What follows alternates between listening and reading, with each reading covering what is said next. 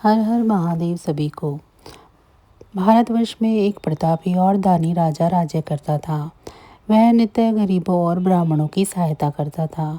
यह बात उसकी रानी को अच्छी नहीं लगती थी। वह ना तो गरीबों को दान देती और ना ही भगवान का पूजन किया करती थी, और राजा को भी दान देने से मना कर दिया करती थी। एक दिन राजा शिकार खेलने के लिए वन को गए तो रानी महल में अकेली थी। उस समय बृहस्पति देव साधु का वेश बनाकर राजा के महल में भिक्षा के लिए गए और भिक्षा मांगी। रानी ने भिक्षा देने से इनकार कर दिया और कहा कि हे साधु महाराज, मैं तो दान पुण्य से तंग आ गई हूँ। मेरा पति सारा धन लुटाते रहते हैं। मेरी इच्छा है कि हमारा सारा धन नष्ट हो जाए, फिर ना रहेगा बांस और ना ही बजेगी बांसुरी। साधु ने कहा, देवी तुम तो बड़ी विचित्र हो। धन संतान तो सभी चाहते हैं, पुत्र और लक्ष्मी तो पापी के घर भी होनी चाहिए।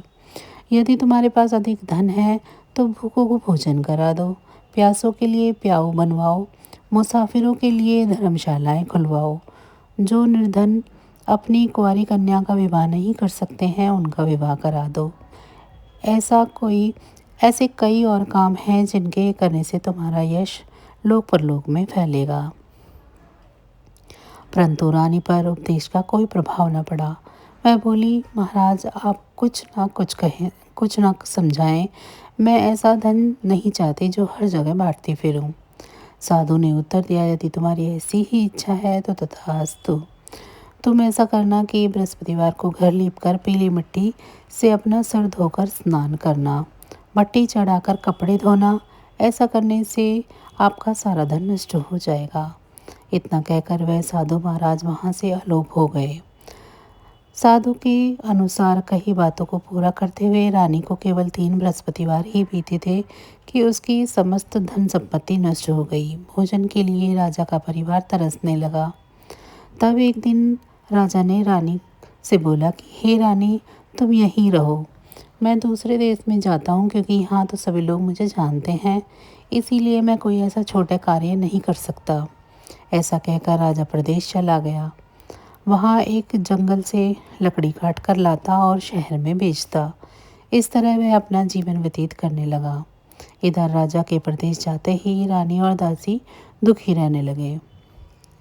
एक बार जब रानी और दासी को 7 दिन तक भोजन के बिना रहना पड़ा तो रानी ने अपनी दासी से कहा, हे दासी, पास ही के नगर में मेरी बहन रहती है। वह बड़ी ही धनवान है, तो उसके पास जाकर कुछ ले आ ताकि थोड़ी बहुत गुजर बसर हो जाए। दासी रानी की बहन के पास गई। उस दिन गुरुवार था और रानी की बहन उस समय बृहस्पतिवार की व्रत कथा सुन रही थी।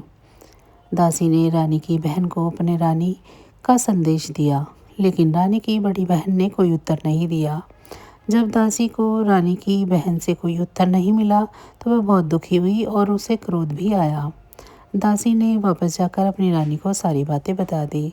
सुनकर रानी ने अपने भाग्य को कोसा। उधर रानी की बहन ने सोचा कि मेरी बहन की दासी आई थी, परंतु मैं उससे नहीं बोली। इस पर वह बहुत दुखी हुई होगी।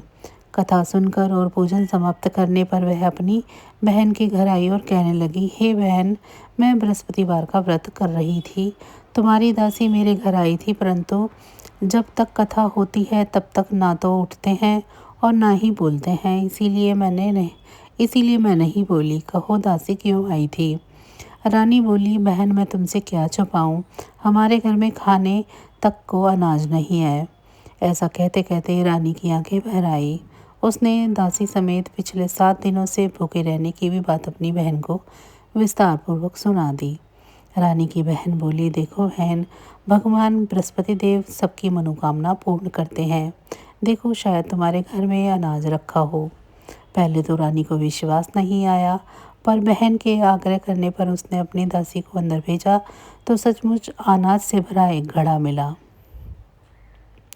यह देखकर रानी की दासी को बड़ी हैरानगी हुई। दासी रानी से कहने लगी कि हे रानी, जब हमको भोजन नहीं मिलता था तो हम व्रत नहीं करते थे, इसीलिए क्यों न इनसे व्रत और कथा की पूरी विधि पूछ ली जाए ताकि हम भी व्रत कर सकें। तब रानी ने अपनी बहन से बृहस्पतिवार व्रत की कथा के बारे में पूछा। तब बहन ने बताया, बृहस्पतिवार के दिन व्रत में चने की दाल और मुनक्का से भगवान विष्णु का केले की जड़ में पूजन करें तथा दीप जलाएं। व्रत कथा सुने और पीला भोजन ही करें, इससे बृहस्पति देव प्रसन्न होते हैं। व्रत और पूजन विधि बताकर रानी की बहन अपने घर लौट आई। 7 दिन के बाद जब गुरुवार आया तो रानी और दासी ने व्रत रखा। गुड़साल में जाकर चना और गुड़ लेकर आई, फिर उससे केले की जड़ तथा भगवान विष्णु का पूजन किया। अब पीला भोजन कहाँ से आए, इस बात को लेकर दोनों बहुत दुखी थे। चूँकि उन्होंने व्रत रखा था, इसीलिए बृहस्पति देव उनसे प्रसन्न थे। इसीलिए वे एक साधारण व्यक्ति का रूप धारण कर 2 थाली में सुंदर पीला भोजन दासी को दे गए। भोजन पाकर दासी प्रसन्न हुई और फिर रानी के साथ मिलकर भोजन ग्रहण किया। उसके बाद वे सभी गुरुवार को व्रत करने तथा पूजन करने लगी। बृहस्पति भगवान की कृपा से उनके पास फिर से धन संपत्ति आ गई, परंतु रानी फिर से पहले की तरह आलस्य करने लगी। तब दासी बोली, देखो रानी, तुम पहले भी इस प्रकार आलस्य किया करती थी, तभी धन रखने में कष्ट होता था। इस कारण सभी धन नष्ट हो गया, और अब जब भगवान बृहस्पति की कृपा से धन मिला है तो तुम्हें फिर से आलस्य होता है।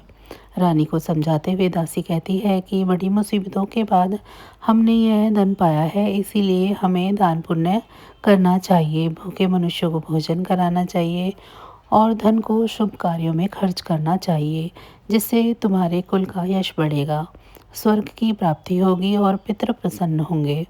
दासी की बात मानकर रानी अपना धन शुभ कार्यों में खर्च करने लगी, जिससे पूरे नगर में उसका यश फैलने लगा।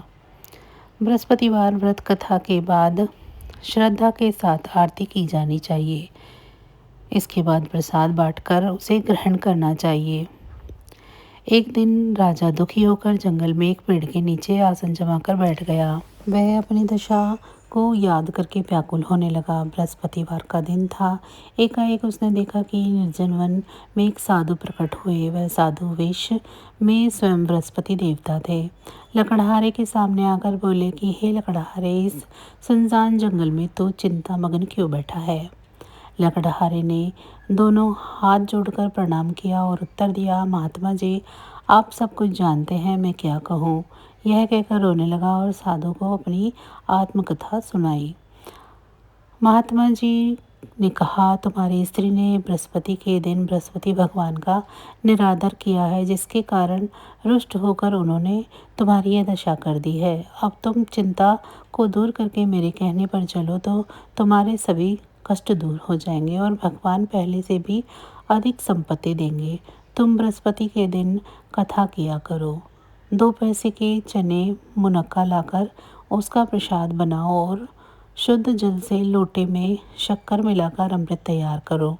कथा के पश्चात अपने सारे परिवार और सुनने वाले प्रेमियों में अमृत व प्रसाद बांटकर आप भी ग्रहण करो। ऐसा करने से भगवान तुम्हारी सभी मनोकामनाएं पूरी करेंगे। साधु के ऐसे वचन सुनकर लकड़हारा बोला कि हे प्रभु, मुझे लकड़ी बेचकर इतना पैसा नहीं मिलता जिससे भोजन के उपरांत कुछ बचा सकूं। मैंने रात्रि में अपनी स्त्री को व्याकुल देखा है। मेरे पास कुछ भी नहीं जिससे मैं उसकी खबर मंगा सकूं। साधु ने कहा, हे लकड़हारे, तुम किसी बात की चिंता मत करो। बृहस्पति के दिन तुम रोजाना की तरह लकड़ियाँ लेकर शहर को जाओ। तुमको रोज से दोगुना धन प्राप्त होगा, जिससे तुम भली भांति भोजन कर लोगे तथा बृहस्पति देव की पूजा का सामान भी आ जाएगा। इतना कहकर साधु अंतर ध्यान हो गए। धीरे धीरे समय व्यतीत होने लगा। फिर वही बृहस्पति का दिन आया। लकड़हारा जंगल से लकड़ी काटकर किसी शहर में बेचने गया।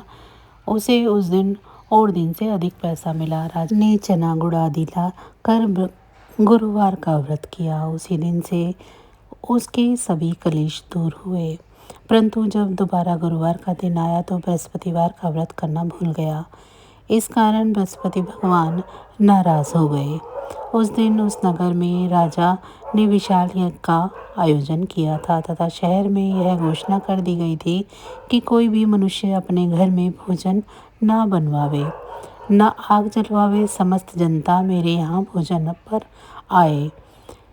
इस आज्ञा को जो नहीं मानेगा उसे फांसी की सजा दी जाएगी। इस तरह की घोषणा संपूर्ण नगर में करवा दी गई।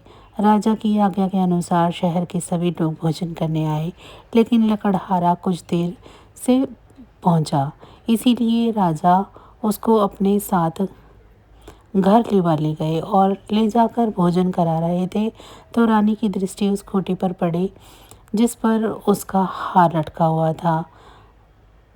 वह वहाँ पर दिखाई नहीं दिया। रानी ने आश्चर्य किया कि मेरा हार इस मनुष्य ने चुरा लिया है। उसी समय सिपाहियों को बुलाकर उसको कारागार में डलवा दिया। जब लकड़हारा कारागार में पड़ गया और बहुत दुखी होकर विचार करने लगा कि न जाने कौन से पूर्व जन्म के कर्म से मुझे यह दुख प्राप्त हुआ है, और उसी साधु को याद करने लगा जो जंगल में मिला था। उसी समय तत्काल बृहस्पति देव साधु के रूप में प्रकट हुए और उसकी दशा को देखकर कहने लगे, अरे मूर्ख, तूने बृहस्पति देव की कथा नहीं करी, इस कारण तुझे ये दुख प्राप्त हुआ है। अब चिंता मत कर। बृहस्पतिवार के दिन कारागार के दरवाजे पर 4 पैसे पड़े मिलेंगे। उनसे तो बृहस्पति देव की पूजा करना, तेरे समस्त कष्ट दूर हो जाएंगे।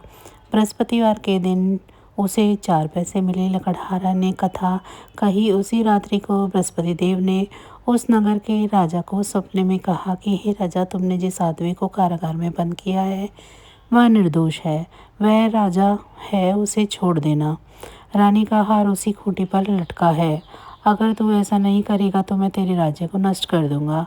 इस तरह रात्रि के सपन को देखकर राजा प्रातःकाल उठा और खूंटी पर हार देखकर लकड़हारे को बुलाकर क्षमा मांगी तथा लकड़हारे को योग्य सुंदर वस्त्र आभूषण देकर विदा किया। बृहस्पति देव की आज्ञा अनुसार लकड़हारा अपने नगर को चल दिया।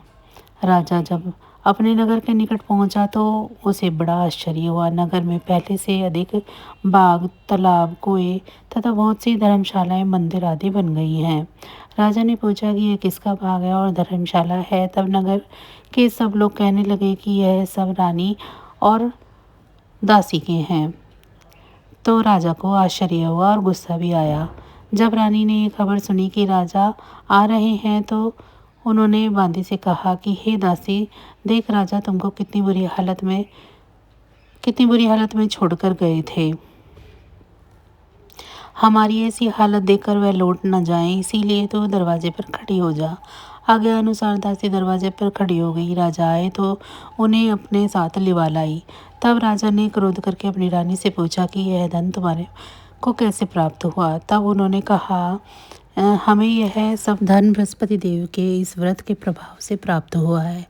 राजा ने आश्चर्य किया कि 7 रोज बाद तो सभी बृहस्पति देव का पूजन करते हैं, परंतु मैं प्रतिदिन दिन में 3 बार कहानी तथा रोज व्रत किया करूँगा।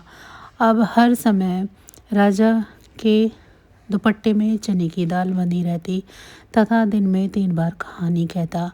एक रोज राजा ने विचार किया कि चलो अपनी बहन के यहाँ हो आवे। इस तरह निश्चय कर राजा घोड़े पर सवार हो अपनी बहन के यहाँ चलने लगा।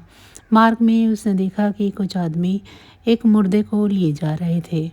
उन्हें रोककर राजा ने कहा, अरे भाइयों, मेरी बृहस्पति देव की कथा सुन लो। वे बोले, हमारा तो आदमी मर गया है, इसको अपनी कथा की पड़ी है। परंतु कुछ आदमी बोले, अच्छा कहो, हम तुम्हारी कथा भी सुनेंगे। राजा ने दाल निकाली और जब कथा आधी हुई तो मुर्दा हिलने लग गया, और जब तक कथा समाप्त हो गई तो राम राम करके मनुष्य उठकर खड़ा हो गया। आगे मार्ग में उसे एक किसान खेत में हल चलाता मिला। राजा ने उसे देख उससे कहा, अरे भैया, तुम मेरी बृहस्पतिवार की कथा सुन लो। किसान बोला, जब तक मैं तेरी कथा सुनूंगा तब तक तो 4 या जोत लूँगा। जा अपनी कथा किसी और को सुनाना। इस तरह राजा आगे चलने लगा। राजा के हटते ही बैल पछाड़ खाकर गिर गए तथा किसान के पेट में बड़ी जोर से दर्द होने लगा। उस समय उसकी माँ रोटी लेकर आई। उसने जब यह देखा कि अपने पुत्र से सब हाल पूछा और बेटे ने सभी हाल कह दिया। बुढ़िया दौड़ी दौड़ी उस घुड़सवार के पास आई और बोली कि मैं तेरी कथा सुनूंगी तो अपनी कथा मेरे खेत पर चलकर सुनाना। राजा ने बुढ़िया के खेत पर जाकर कथा कही, जिसके सुनते ही वह बैल उठ खड़े हुए तथा किसान के पेट का दर्द भी बंद हो गया। राजा अपनी बहन के घर पहुंचा। बहन ने भाई की खूब मेहमान नवाजी करी। दूसरे रोज प्रातःकाल राजा जगा तो वह देखने लगा कि सब लोग भोजन कर रहे हैं। राजा ने अपनी बहन से कहा, ऐसा कोई मनुष्य है जिसने भोजन नहीं किया हो, वह मेरी बृहस्पतिवार की कथा सुन ले। बहन बोली, हे भैया, यह देश ऐसा ही है। पहले यहाँ लोग भोजन करते हैं, बाद में अन्य काम करते हैं। अगर कोई पड़ोस में हो तो दिखाती हूँ। वह ऐसा कहकर देखने चली गई, परंतु उसे कोई व्यक्ति न मिला जिसने भोजन न किया हो। अतः वह एक कुम्हार के घर गई जिसका लड़का बीमार था। उसे मालूम हुआ कि उसने 3 रोज से किसी भी तरह का भोजन नहीं किया है। रानी ने अपने भाई को कथा सुनाने के लिए कुम्हार के यहाँ कहा। वह तैयार हो गया।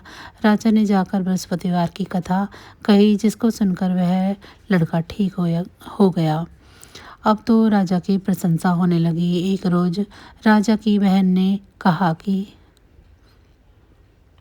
ने अपनी बहन से कहा कि हे बहन, हम अपने घर को जाएंगे, तुम भी तैयार हो जाओ। राजा की बहन ने अपनी सास ने कहा कि चली जा, परंतु अपने लड़के को मत ले जाना, क्योंकि तेरे भाई की कोई औलाद नहीं है। बहन ने अपने भैया से कहा कि हे भैया, मैं तो चलूँगी पर बालक नहीं जाएगा। राजा बोला कि जब कोई बालक नहीं चलेगा तो तुम ही क्या करोगी। वह बड़े दुखी मन से राजा अपने नगर की ओर लौट आया। राजा ने अपनी रानी से कहा, हम निर्वंशी है, हमारा मुख देखने का धर्म नहीं है और कुछ भोजन आदि नहीं किया है। रानी बोली, हे प्रभु, बृहस्पति देव ने हमें सब कुछ दिया है, परंतु औलाद नहीं दिए तो वे अवश्य ही देंगे। उसी रात को बृहस्पति देव ने राजा को स्वप्न में कहा कि राजा उठ, सभी सोच त्याग दे, तेरी रानी गर्भ से है। राजा की यह बात सुनकर बहुत खुशी हुई। 9 महीने में से उसके गर्भ से एक सुंदर पुत्र की प्राप्ति हुई। तब राजा बोला, हे रानी, स्त्री बिना भोजन के रह सकती है पर बिना कहे नहीं रह सकती। जब मेरी बहन आवे तो मुझसे कहना मत। रानी ने सुनकर हाँ कह दिया।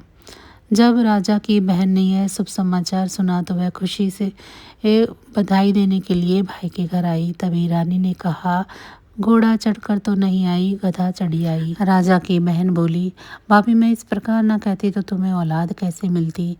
बृहस्पति देव ऐसे ही हैं, जैसी जिसके मन में कामनाएं हैं सभी को पूर्ण करते हैं। जो सद्भावना पूर्वक बृहस्पतिवार का व्रत करता है एवं कथा को पढ़ता है, सुनता है, दूसरों को सुनाता है, बृहस्पति देव उसकी सभी मनोकामनाएं पूरी करते हैं। भगवान बृहस्पति देव उसकी सदैव रक्षा करते हैं।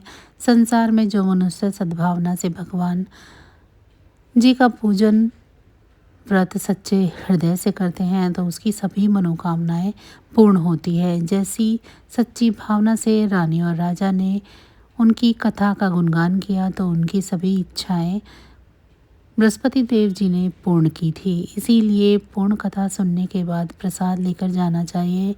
हृदय से उनका मनन करते हुए जयकारा बोलना चाहिए। बोलो बृहस्पति देव की जय, भगवान विष्णु की जय। तो बस आज की जानकारी इतनी ही थी। फिर मिलेंगे हम आपको ऐसी ही किसी अन्य जानकारी के साथ अगली वीडियो में। तब तक अगर आपको मेरी जानकारी अच्छी लगी है तो वीडियो को लाइक करें। चैनल को अभी तक सब्सक्राइब नहीं किया है तो चैनल को सब्सक्राइब कर लें और कमेंट बॉक्स में जय श्री विष्णु ज़रूर लिखें। इसी के साथ भगवान विष्णु जी की कृपा दृष्टि आप सभी पर सदैव बनी रहे। आप सभी का बहुत बहुत धन्यवाद।